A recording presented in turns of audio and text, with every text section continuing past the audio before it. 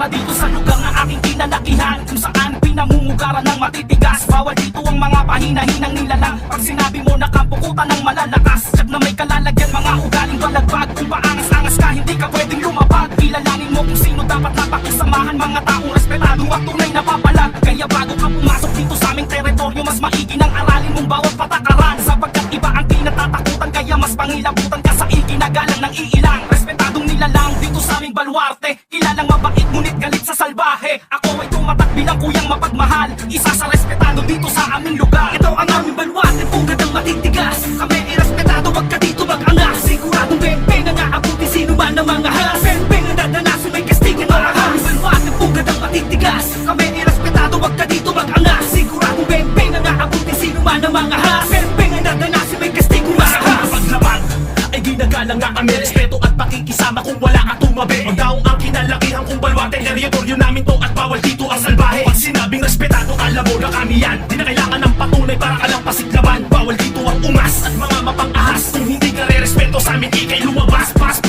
Paspasan mo ng takbo, mali ka ng tinakot mo. Walang respetong papaling kapag kami ginago mo. Ito ang babala kung babalaking bang himasok sa baluarte namin, pag-isipan bago ka pumasok. Dito sa aming lugar, walang pakikisamang peke. Pero kung hindi ka tunay, heto ang hitang daliri.